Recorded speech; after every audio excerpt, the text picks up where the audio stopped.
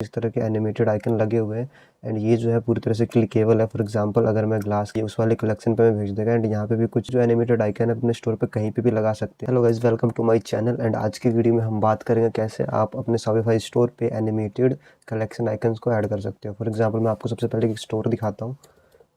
आप देख सकते हैं इसका नाम है शॉप ऑन क्लिक एंड यहाँ पर आप देख सकते हैं किस तरह के एनिमेटेड आइकन लगे हुए हैं एंड ये जो है पूरी तरह से क्लिकेबल है। फॉर एग्जांपल अगर मैं ग्लास के इस पे क्लिक करता हूँ तो ये उस वाले कलेक्शन पे मैं भेज देगा एंड यहाँ पे भी कुछ एनिमेटेड आइकन्स लगे हैं like iPhone, glass case, one plus and Samsung and आप इनमें से किसी पे भी क्लिक करते हैं तो ये आपको उस वाले कलेक्शन पे भेज देगा। सो इस तरह के जो एनिमेटेड आइकन है अपने स्टोर पे कहीं पे भी लगा सकते हैं एंड ये कैसे लगेगा मैं आपको इस वीडियो में बताऊंगा। और इसके लिए आप किसी भी एप्लीकेशन की ज़रूरत नहीं है, आप बिना किसी एप्लीकेशन के इसे ऐड कर सकते हैं। ना ही आपको कोई कोडिंग नॉलेज की ज़रूरत है, जैसे मैं बताऊँगा वैसे आपको फॉलो करना है एंड आपको ये लगाना है अपने स्टोर पे। सो चलिए मैं बताता हूँ आपको कैसे इसे ऐड करना है। तो सबसे पहले आपको अपना शॉपिफाई स्टोर ओपन कर लेना है एंड यहाँ पे आपको ऑनलाइन स्टोर पे जाना है एंड सभी स्टेप को बिल्कुल ध्यान से फॉलो करना। जैसे आप यहाँ पे ऑनलाइन स्टोर पे जाओगे, यहाँ पर आपको अपना थीम दिख जाएगा। तो सबसे पहले आपको ना थीम की कॉपी लेनी है। आपको जो थीम एक्टिव है उस पर कभी भी नहीं छेड़ना कुछ भी।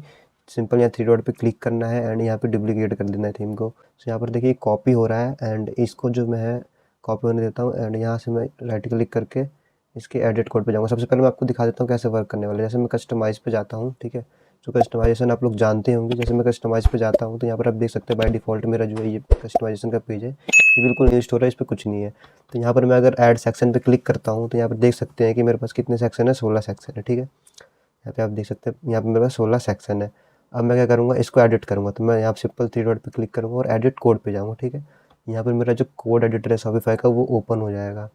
सो आप देख सकते हैं यहाँ पे एक सेक्शन का एक ऑप्शन है, आपको इसे जो है ओपन करना है एंड ऐड न्यू सेक्शन पे क्लिक करना है, ठीक है। तो यहाँ पर देखो आपको दो फाइल टाइप मिल जाएगा, लिक्विड और जेसन। आपको लिक्विड में ही करना है एंड यहाँ पर आप कोई भी नाम रख सकते हो। For example animated collection, okay, मैंने ये नाम रख दिया। आप कुछ भी नाम रख सकते हैं और डन कर देंगे।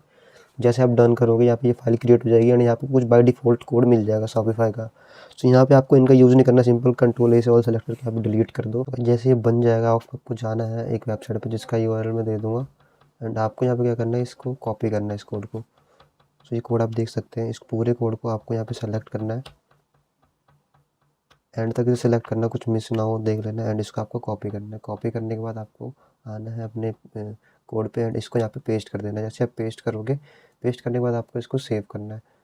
जैसे आप सेव करोगे एंड अपने स्टोर के कस्टमाइजेशन में जाओगे तो यहाँ पर आपको एक न्यू सेक्शन जो है रेंडर हो जाएगा, यानी ऐड हो जाएगा यहाँ पे एक सेक्शन एंड उसका यूज़ आप कर सकते हो कहीं पे भी। तो फॉर एग्जांपल मैं आपको करके दिखा देता हूँ। जैसे मैं सबसे नीचे जाऊँगा, यहाँ पर देखिए एक सेक्शन मैंने बनाया था, मैं इसे डिलीट कर देता हूँ। अब आपको ऐड सेक्शन पे क्लिक करना है एंड यहाँ पे आप देखोगे इंस्टा कैटेगरी का ऑप्शन आ जाएगा आपके पास, आपको इस पर क्लिक करना है।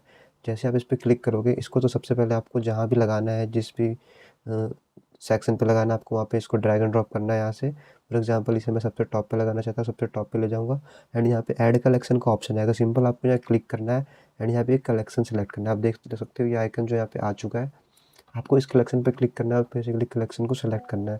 फॉर एग्जांपल मैंने ब्रेसलेट सेलेक्ट किया तो यहाँ पे ब्रेसलेट आ जाएगा एंड यहाँ पर आप देख सकते हैं जो ब्रेसलेट है बाय डिफ़ॉल्ट मेरे कलेक्शन का नाम है ये, तो उसने बाय डिफ़ॉल्ट उसे वहाँ से उठा लिया एंड कलेक्शन का इमेज उसने खुद से उठा लिया।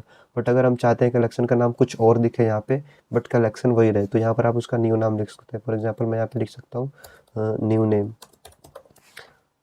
फॉर एग्जांपल मैंने यहाँ पे न्यू नेम लिख दिया तो आप देख सकते हैं न्यू नेम चेंज हो गया एंड अगर आप इसको ब्लैंक छोड़ेंगे तो बाय डिफ़ॉल्ट जो कलेक्शन का नेम है वो अपने आप वहाँ से उठा लेगा।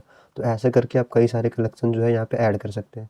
सो यहाँ पर एक और ऐड कलेक्शन का ऑप्शन का है, यहाँ पर आप क्लिक करके कोई दूसरा कलेक्शन ऐड कर दें। देखिए फॉर एग्जांपल मैं ईयरिंग्स कर लेता हूँ एंड मैं एक और कलेक्शन ऐड कर लेता हूँ